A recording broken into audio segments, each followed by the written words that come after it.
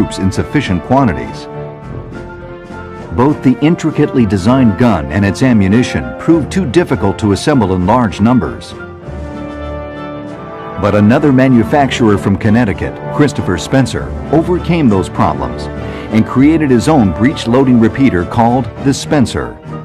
Stronger and simpler in construction, this weapon was nicknamed the Horizontal Shot Tower by stunned Confederate troops, unlucky enough to come under its direct fire. Spencer, developed by Christopher Minor Spencer, had a 7-shot tube magazine in the breech that allowed it to be fired 7 times by the operating of a lever underneath the weapon and the cocking of a hammer. By dropping the lever, you extracted the fired round and automatically loaded a new round. You cocked the hammer and fired the weapon. It meant that this weapon could be fired as rapidly as it could be operated, which gave the individual with this weapon a terrific advantage. The Spencer was an immediate success with Union soldiers in the field. Before long, exuberant testimonials were pouring into the company offices. It is admitted by all who have witnessed our practice that we have the best gun in the Army. On long ranges, they exceed our expectations. Captain G.M. Barber, Ohio Sharpshooters. I am firmly of the opinion that 1,500 men armed with the Spencer carbine are more than a match for 2,500 armed with any other firearm. George Armstrong Custer, Brigadier General. By 1863, the Spencer was fast becoming the weapon of choice. But its unique use of self-contained cartridges also gave the Spencer another unexpected quality, which was immensely valuable to Union forces. The Confederate forces captured a large number of Spencer rifles and carbines during the course of the war, particularly in 1864. And Confederate ordnance facilities tried to manufacture Spencer cartridges, but they never had the technical capability to spin a copper case and therefore could never make the ammunition. And the Confederates who were lucky enough to pick up a Spencer on the battlefield only had the use of it as long as they could capture ammunition. Perhaps the Spencer earned its greatest fame on June 24, 1863, at the Battle of Hoover's Gap. Union Colonel John Thomas Wilder's Lightning Brigade suddenly found itself face-to-face with a Confederate force of superior numbers.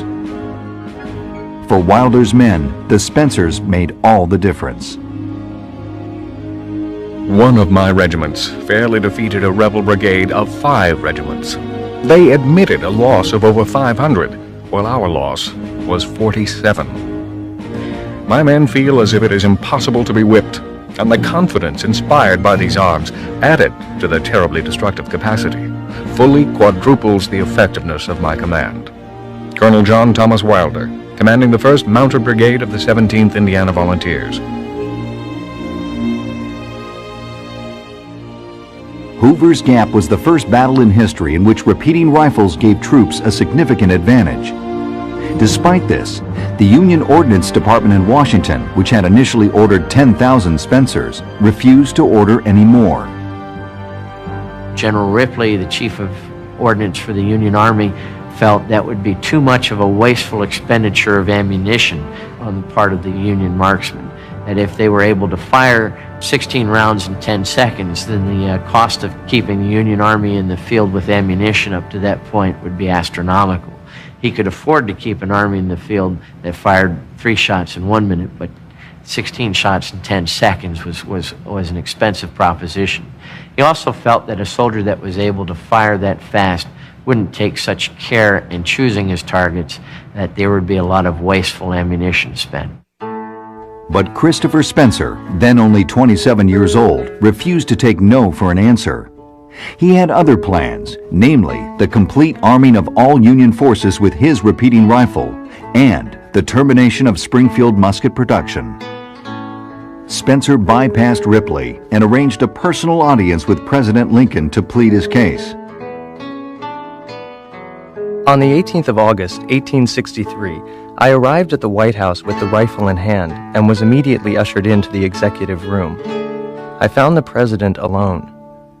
With brief introduction, I took the rifle from its case and presented it to him.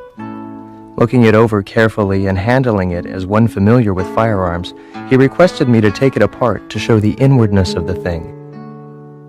Lincoln was impressed and quickly made arrangements for a private demonstration with this new repeating weapon.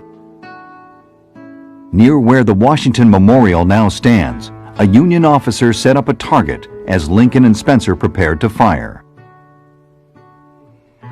The rifle contained 7 cartridges. Mr. Lincoln's first shot was low, but the next shot hit the bullseye, and the other 5 were close around it. Now, says he, we will let the inventor try it. Being in almost daily practice, I naturally beat the president a little. Well, he said, you are younger than I am, have a better eye, and a steadier nerve. Christopher Spencer, 1863. Spencer's demonstration had the desired effect.